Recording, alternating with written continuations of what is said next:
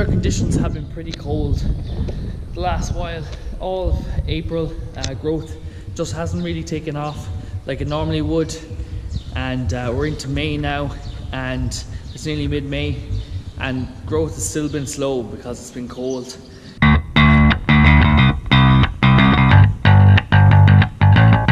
But some ground we would have taken out to cut for silage later this month, we've had to graze that again. Our farm cover is about 2,000, a total cover of 500 for those of you familiar with grass, so that's quite tight. We don't want to drop under that. So at the moment we are feeding 2 kilos of nuts in the parlour and 2 kilos of barley in the parlour. We're able to feed 2 feed types at the same time, so that's handy for that. And we are also feeding 2 kilos of silage. We were in one of our previous videos you would have seen that we were feeding a bit of straw because our butterfat was dropping. They weren't really eating enough straw, so butterfat kept going down. It was nearly at 4%.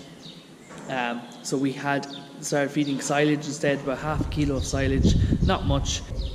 But because we're getting tight, we've upped the silage a bit, so we're actually getting 2 kilos of silage now. We don't really want to go over 4 kilos of concentrate at the moment. We still have lots of good quality silage still on hand from last year, so we're feeding that at the moment, and the cows are holding production. We don't want them to drop either, so it's kind of a balancing act. We don't want to eat too much, dive too much into graze of our silage ground, otherwise our first cut's going to be very small. It's going to be small enough as it is. We don't want to feed too much silage because we don't want to hit production, and we don't want to feed too much concentrate because it gets very expensive. So it's kind of a balancing act. So when we got the silage here just beside the parlour here, the cows can eat it when they come out as they like, and then head back off to the field. So it's nice quality silage. Today is a lovely sunny day, so we have got a lot of rain the last while, which has done no harm really, because we hadn't got much rain in April. April was pretty dry, but we do need the heat. We just need heat really to get the grass motoring. So hopefully it's coming. The days are nice and sunny, but we were getting frost during the night, so that's not great for grass growth. So hopefully it'll pick up and grass will start shooting. If we get enough heat, grass will really take off. Okay, I'm a few days on now, and we're coming towards the end of feeding silage. I've only got 3 bales left in that stack that I'm gonna feed.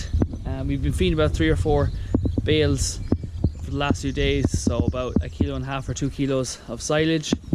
We'll be doing a grass walk in a couple of days, and I expect growth is after picking up. But cows have been milking really well, really happy. They're doing 26.5 litres a day average for the group, and about 2.2 kilos of milk solids is what they're doing. So really happy with that. Just around the yard here, around the string feeder, it's after getting a bit mucky, so I'm going to get the bob man and try to scrape that up a bit first before I put out the last few bales.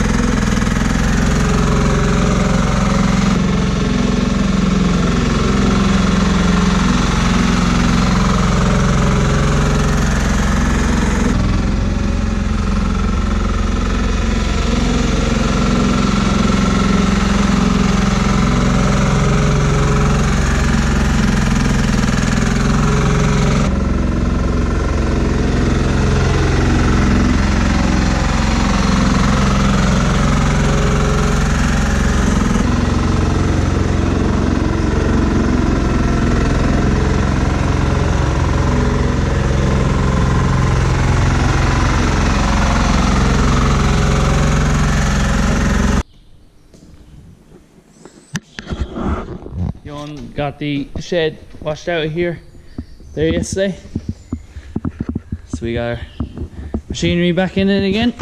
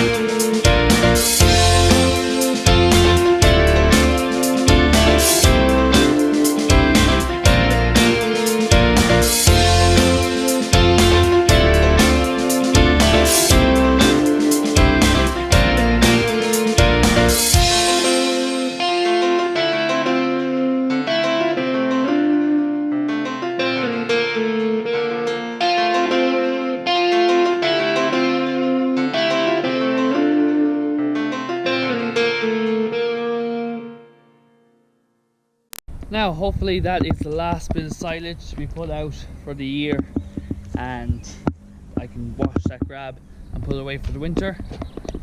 Hopefully, because we normally aren't feeding silage this late in the year or into the summer, into May, but look, you never know. We're at the mercy of the weather, so you just gotta deal with what you get, and hopefully that'll be the last of it.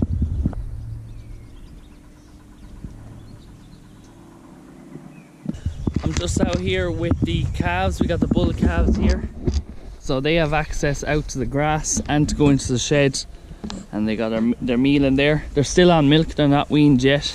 They're going to be weaned shortly. So we know some get a little bit loose there lately in their dung, so we're going to be dosing them for coccidiosis. Hey. My girlfriend Kira here is going to give me a hand. If you want to check out on TikTok, Kira has a TikTok account called A Farmer's Girlfriend. It's very entertaining.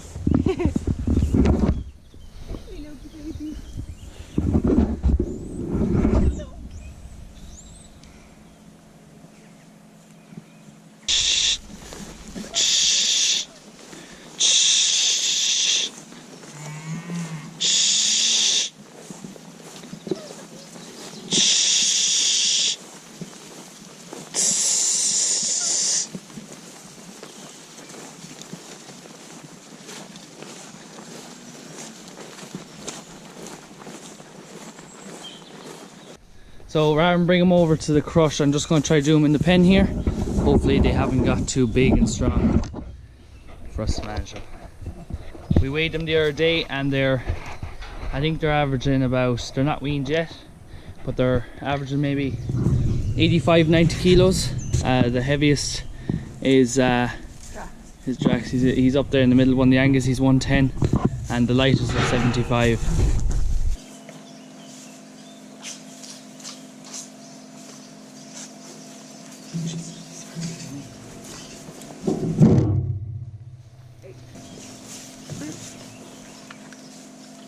He's such a good boy.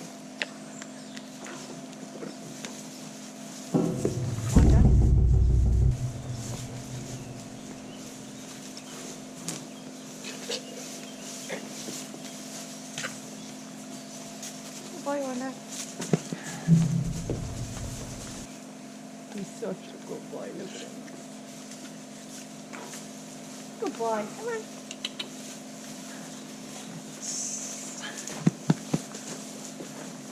So I dosed them with Vicoxin for coccidiosis, so that should hopefully help them.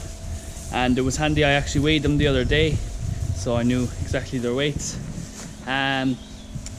If you probably heard there us naming some of them, so these are the only calves we're going to have for here on the farm now for next year. Obviously all our young stock are gone off to the contract rear, and all the other stock are sold. So these are the only young stock we're going to have, is these 10 guys. So yes, they've all got names. Any of you who are Marvel fans are all named after Marvel characters. Angus is Drax. This is Vision, one of the Speckled Parks. This is Thor, one of the Belgian Blues. This is Groot, one of the Angus. This is Loki. Such a baby. Here we have Hulk, one of the Herefords. Stark is a Frisian. We actually held on to him because one of the AI companies wanted to test him, see if he's good for to go as an AI bull. We don't think he will. Most of the time they don't make it, but we said we'll keep him as one for a vasectomized bull if he doesn't make it. Hereford then is Thanos. The friendliest then is Wanda, one of the Speckled Parks. And the Angus here behind is Yondu. Arguably Loki is the friendliest as well.